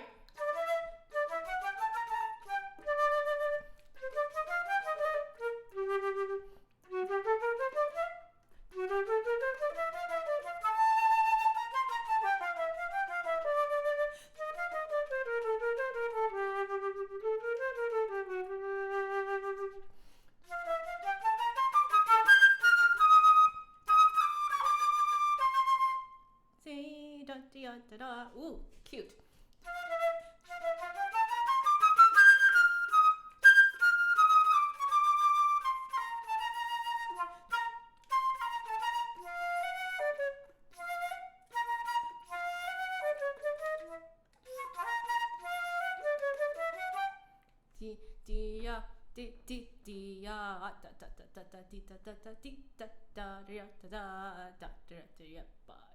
Okay.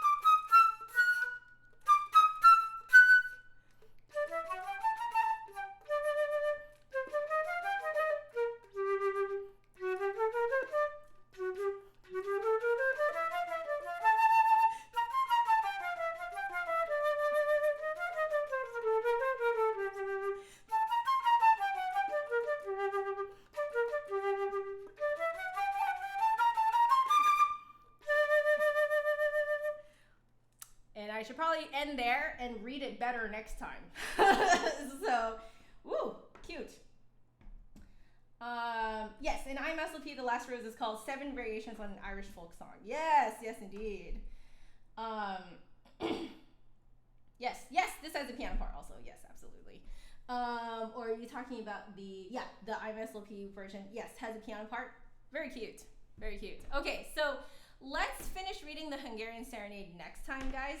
I need to go, so I need to clean up.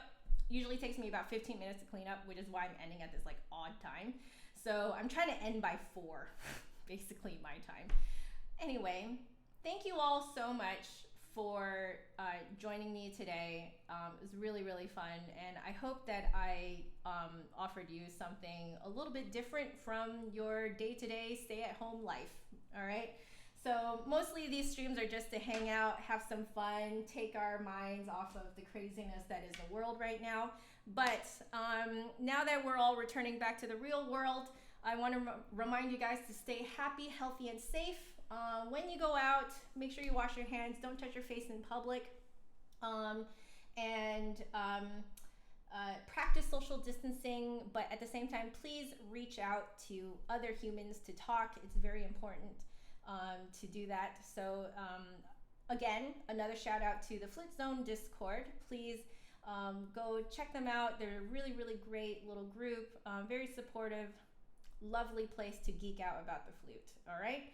So until next time, I will see you when I can do another live stream next week. I cannot do another YouTube live stream tomorrow because I'm basically teaching all day tomorrow. So lots of teaching this week, which is why I only had today to do this live stream. I technically had yesterday too, but I spent the entire afternoon rearranging my office. So anyway, I love you all very much. Stay happy, healthy, and safe. And I will see you sometime next week. Or if you want to see me tomorrow, I will be on Twitch. All right. See you later. Bye.